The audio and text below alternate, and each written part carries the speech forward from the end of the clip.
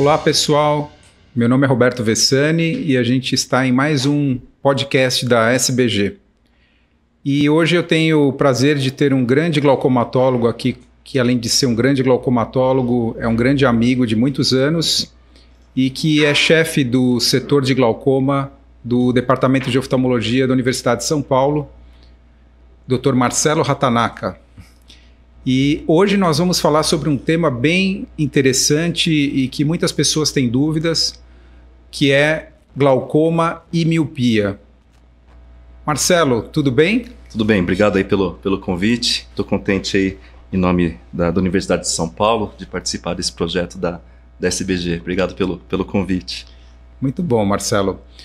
Marcelo, essa história de glaucoma e miopia, né, se fala muito disso, mas por que essa importância de se pensar em glaucoma em pacientes míopes? Como é que é essa história? A miopia, bom, primeiro a gente tem que pensar que antes de glaucomatólogos nós somos oftalmologistas, né, de uma forma geral, e miopia é uma coisa que está muito presente no nosso consultório, né? Então se a gente pensar dos erros refracionais, miopia é um dos erros aí refracionais mais comuns, né, mais prevalentes, e está aumentando a população como um todo, né? Então, de certa forma, já é um grupo de população que está aí presente no nosso consultório.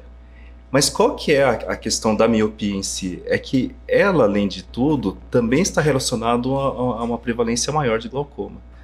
Então, acho que é aí que é o ponto de puxar mais o assunto miopia para a nossa área, que é o glaucoma, né? E, de certa forma, acho que a gente começa a entender, vendo os pacientes, especialmente o míope na faixa etária de uma pessoa com glaucoma, a gente começa a perceber mais essa relação do dia a dia, né, entre o glaucoma e a miopia. Ou seja, os pacientes com miopia, a gente merece uma atenção especial no exame quando você está fazendo uma avaliação inicial, num exame oftalmológico geral, né?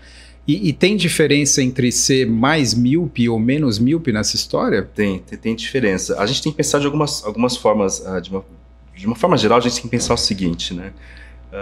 Primeiro, o míope por si só já tem alterações, especialmente no disco óptico, que essas alterações podem até dificultar o diagnóstico de uma doença, do glaucoma em si, porque o nervo óptico já é diferente, ou às vezes o nervo pode simular o glaucoma pela alteração inerente à miopia. Então esse já é um primeiro ponto. Até então, o que se falava antes era isso, né? É um diagnóstico mais difícil, porque o disco óptico do míope é um pouco diferente, especialmente nos míopes mais míopes, né? Na alta miopia, por exemplo. Mas tem a questão da miopia ser um fator de risco também, ou seja, a doença, a miopia, chamar de doença, né, mas a miopia como essa situação ocular levando ao desenvolvimento de glaucoma. Então são essas duas coisas, né? E daí quando as pessoas começaram a estudar, o que a gente vê, né? O risco de uma pessoa de miopia ter glaucoma, ela é maior quando a miopia é mais alta.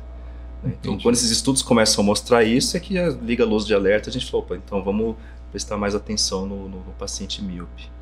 Muito bem. E Marcelo, você começou a tocar um pouco nesse assunto sobre a avaliação desses pacientes, que é complexa, né? Que eles têm as alterações da alta miopia. E como é que é investigar glaucoma em paciente automíope? É difícil? Por que é difícil? No exame, quais os exames que são difíceis? O que acontece nessa história? Se a gente pensar na nossa rotina de atendimento, como é que funciona, né? A gente é o histórico do paciente, a gente conversa com o paciente, aí a gente vai fazer a refração, né? Aí o que acontece? Vamos para a lâmpada de fenda e aí começa, né? Tem o aspecto do olho típico, né, do míope, mas a hora que a gente vai fazer a biomicroscopia de fundo, já começa. É aí que eu acho que a gente já percebe a primeira dificuldade, porque muito possivelmente, se for um míope com uma refração mais alta, né, muito possivelmente esse disco óptico, a própria fundoscopia já é diferente. Então o disco óptico é um disco que tende a ser maior, a inserção pode ser inclinada, que a gente chama de disco tilted, né? Ele tem áreas de atrofia, então quando a gente começa a pensar no nervo óptico, ele já é um nervo que não segue o padrão normal. E é aquele primeiro momento que a gente perde um certo tempo já olhando aquele nervo e tentando ver se dentro daquele aspecto do nervo miópico se esconde alguma alteração do glaucoma. Então é aí que é o primeiro ponto que eu acho que a gente já começa a entender que esse paciente merece uma atenção a mais aí. E daí se a gente acha que aquele nervo é suspeito, aí deflagra-se aquela sequência de exames. A gente vai medir a pressão, a gente vai ver a espessura da córnea, aí já vem mais um complicador, muitos desses pacientes já foram submetidos à cirurgia refrativa, para dificultar um pouco mais a questão da medida da pressão intraocular. E daí vem as limitações dos exames, né? Então, mas tudo começa nesse nervo óptico que já está meio diferente. O problema do OCT, ele consegue melhorar essa habilidade diagnóstica ou ele também tem dificuldades na avaliação desses pacientes? Então, em relação ao OCT, o que acontece na tomografia de coerência óptica? A gente acaba depositando muito no aparelho ou no resultado que esse aparelho dá, aquela confiança de querer saber se aquele nervo, entre aspas, esquisito, né, fora do padrão normal, está doente ou não. Então, o primeiro passo, voltando, vem a suspeita na biomicroscopia de fundo, uma documentação com a retinografia, que depois eu vou ter que usar para fazer o segmento, e entra o OCT. Né? Qual que é o problema do OCT? É o fato de que esse nervo tem um padrão fora do normal, que não está contemplado em todo o banco de dados do aparelho. Então, portanto, talvez tenha alterações nesse exame, que são as alterações que você mesmo está percebendo ali, que o paciente míope apresenta, né? Mas não necessariamente aquilo é indicativo de glaucoma. Então, esse é um alerta que a gente tem também, né? Não tomar qualquer resultado alterado como um resultado já indicativo da doença glaucoma. Então, o ACT já começa a patinar, especialmente quando a gente vai usar o mapa da camada de fibras peripapilar ou da análise do disco mesmo, né? Porque às vezes você tem um disco grande com uma zona de atrofia muito grande também, né? O crescente miópico. Aí a gente vai tentar fugir dessa área indo para a região macular. Mas se for um míope, um alto míope, às vezes ele tem uma atrofia de epitélio pigmentado, ele já tem aquela retina também miópica, né? E até o mapa macular pode vir alterado, né? Então, o OCT talvez ele acabe até trazendo um pouco mais de dúvida do que certezas. Né? Ou seja, um grande abacaxi, né? Pois é. E aí, tem como a gente achar uma outra possibilidade de investigação? O campo visual ajuda a salvar o diagnóstico nesses pacientes ou o campo também tem problemas? E o campo visual, qual que é a questão? Né? A gente vai, se for um glaucoma verdadeiro, a gente vai ter alterações no campo visual se já for um glaucoma mais avançado em termos de já ter uma alteração estrutural significativa. Mas pode ser que você está diante de um caso suspeito muito inicial que não deu tempo ainda do campo visual ficar alterado. Então, o primeiro ponto é que às vezes o exame está normal, porque está numa fase muito inicial e sorte do paciente que você entendeu que aquele nervo talvez tenha um pezinho ali no glaucoma, né? Por outro lado, a gente pode ter um alto míope ou geralmente não, você pode ter um astigmatismo associado, algum outro erro refracional junto, né, que talvez dificulte e cause ali um artefato no exame do campo visual, né? E daí vem saber identificar o artefato, talvez uma lente de contato, para não ter que colocar uma lente na hora de fazer o exame com uma refração muito alta, que pode gerar artefatos, e aí começa, né? Então o próprio campo visual também pode ter problemas, né? Então você vê, com tudo isso a gente já está mostrando a dificuldade que é o paciente míope no nosso mundo de glaucoma, mas daí a gente volta para o primeiro assunto, né? Que é a questão dos diferentes níveis de glaucoma, de miopia, né? De uma miopia, entre aspas, menos intensa até aquele alto grau de miopia, né? Que vai trazer mais dificuldade ainda, né?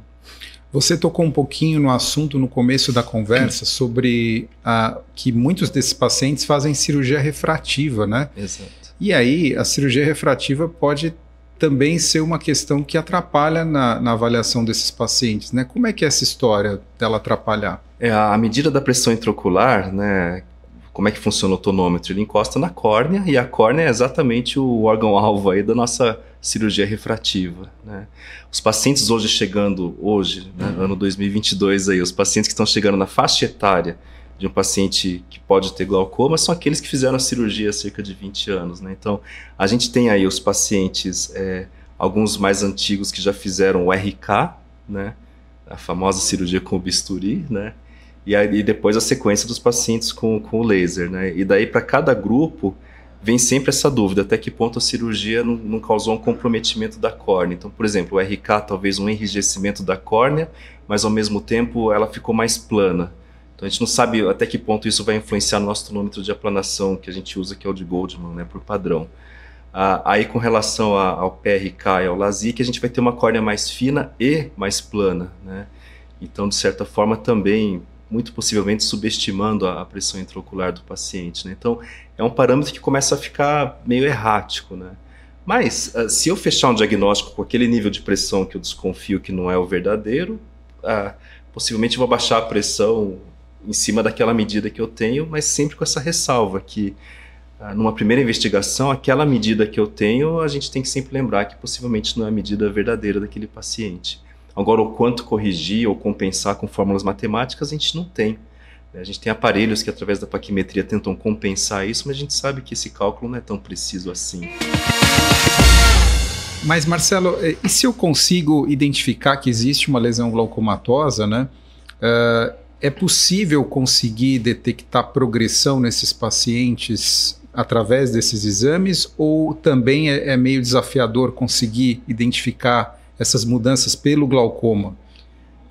Sempre que a gente, para quem está ouvindo, né, a gente sempre vai ter que pensar em dois cenários, né? O míope não tão míope assim, em termos de alterações tão estruturais tão intensas, né? Até aquele míope, alto míope, em que a gente tem aquele fundos miópicos bem evidente, né? Bem intenso. Então, se for esse míope não tão míope assim, muito possivelmente com os exames que a gente tem habituais, uma boa retinografia, o OCT e o campo visual, a gente vai conseguir fazer o segmento, né? O míope mais míope, o alto míope, esse sim, talvez tenha aí alguns problemas, mas o que a gente gosta de lembrar é o seguinte: de repente, aquela alteração do exame que o paciente tem inerente à sua miopia, se a gente souber entender e souber diferenciar o artefato de um defeito verdadeiro por glaucoma, eu tenho, de certa forma, um baseline para aquele paciente. Daí eu posso fazer os comparativos a partir daquele exame já comprometido pela miopia daquela pessoa, né? Então seria comparar sempre ele com ele mesmo, né? Sempre com essa ressalva, sempre tomar muito cuidado com essa análise automatizada de um OCT, por exemplo, né? Sempre tomar cuidado com os artefatos do campo visual que podem surgir, por isso que no final a gente ainda gosta muito da retinografia nessas horas, né? A foto bem tirada é uma coisa que acaba ajudando muito a gente ao longo desse acompanhamento. Legal. E, bom, vamos imaginar que a gente consiga monitorar de alguma forma uma mudança, né, do dano glaucomatoso desse paciente, e esse paciente já está em terapia medicamentosa máxima, né, que pode eventualmente acontecer. E aí a gente vai ter que pensar numa cirurgia antiglaucomatosa para esse paciente, né? Em geral, a gente considera a trabeculectomia como uma opção bastante significativa nesses casos, né? E fazer trabeculectomia em paciente com glaucoma e alta miopia é um problema? É diferente de fazer de um paciente não míope? Ele é diferente, ele impõe mais riscos, né, de complicações, né? E acho que é por isso que, de certa forma, as pessoas estão tentando entender onde que se inserem cirurgias menos invasivas para essas situações, né? Exatamente para evitar chegar na questão da trabeculectomia, mas em algum momento pode ser necessário, né? E qual que é a questão, né? A gente tem que lembrar que é um olho mais alongado, né? Então o formato dele já é diferente. A esclera, ela tende a ser mais fina, então tem que tomar cuidado na hora de fazer o flap, porque um flap fino pode deixar o olho com uma hiperfiltração. Aí, se você deixa uma hiperfiltração, você pode ter uma hipotonia, e com a hipotonia você pode ter um descolamento de coroide, né? Então você tem essa sequência aí de problemas com a trabeculectomia que são mais evidentes aí, com risco maior no paciente míope, especialmente no alto míope, né? Então essa coisa de deixar hiperfiltrando é muito perigosa nesses casos. A gente sabe, né? Se depois tiver uma complicação, a chance dessa trabeculectomia funcionar vai ser menor, né? Mas descolamento de coroide, hipotonia, é uma coisa para a gente ficar bem atento aí nesses pacientes. Joia. Então, Marcelo, considerando todos esses aspectos, que mensagens finais você quer deixar aqui para a gente sobre os cuidados no paciente com glaucoma e miopia? O primeiro ponto é isso, né? De novo, aquilo que eu comentei no começo, o paciente míope está muito frequente no nosso consultório, então a gente vai ter os pacientes míopes, e lembrar então que eles têm sim uma chance maior de desenvolver o glaucoma por si só. Existem algumas teorias de por que isso acontece, né? Então o aumento desse eixo axial, né? Você pode ter um comprometimento em nível do disco óptico, bem daquela virada das fibras nervosas, né? Algumas outras teorias para que esse paciente tenha glaucoma. Então fica mais atento como miopia como um fator de risco maior para glaucoma, ou seja, tem um paciente míope no consultório, já presta um pouquinho mais de atenção aí no nervo óptico, já dá uma caprichada na bio de fundo, né? E tendo um nervo suspeito, aí sim, não deixar isso passar, né? Levar em consideração que sim, pode ser um glaucoma aí que está escondido no meio daquele nervo óptico miópico, né? E se você está muito convencido de que realmente está tudo muito bem, a pressão está muito normal, não tenho nenhum familiar com glaucoma nem nada, deixar documentado. Acho que documentar esse nervo ajuda muito, né? Uma coisa que me ajuda muito é, às vezes eu tenho um paciente jovem que não está ainda na faixa etária para ter glaucoma, não tem nada para ter glaucoma naquele momento, mas tem um nervo fora do padrão normal pela miopia. Eu gosto de retinografar, eu sempre falo ao paciente, eu falo, olha, essa foto vai te ajudar no futuro, porque em algum momento alguém vai falar de um nervo parecido com glaucoma, numa idade em que você pode já ter glaucoma, e nessa hora se você falar, poxa, há 10 anos alguém falou isso e está aqui a minha foto. E se a gente observar e ver que não mudou nada nesse período, ajuda muito, né? Então, documentar. Eu acho que isso é uma coisa bem interessante, já que a gente já percebe que esse nervo está fora do normal e uma hora pode gerar dúvidas. Deixar documentado, hoje em dia a retinografia é um exame que está mais fácil de ser feito, né? A gente tem tecnologia, as câmeras, a gente tem câmeras muito boas não midriáticas, né? Então facilita para o paciente ter essa primeira documentação é boa. E, enfim, se você de fato acha que tem um risco de ser glaucoma e você vai iniciar uma investigação, tomar cuidado com os artefatos inerentes à miopia que podem surgir tanto no OCT quanto no campo visual. Legal, Marcelo. Marcelo, eu queria agradecer a sua participação e pela conversa boa que a gente teve sobre esse assunto tão importante. E esse foi mais um podcast da SBG. Obrigado pelo convite.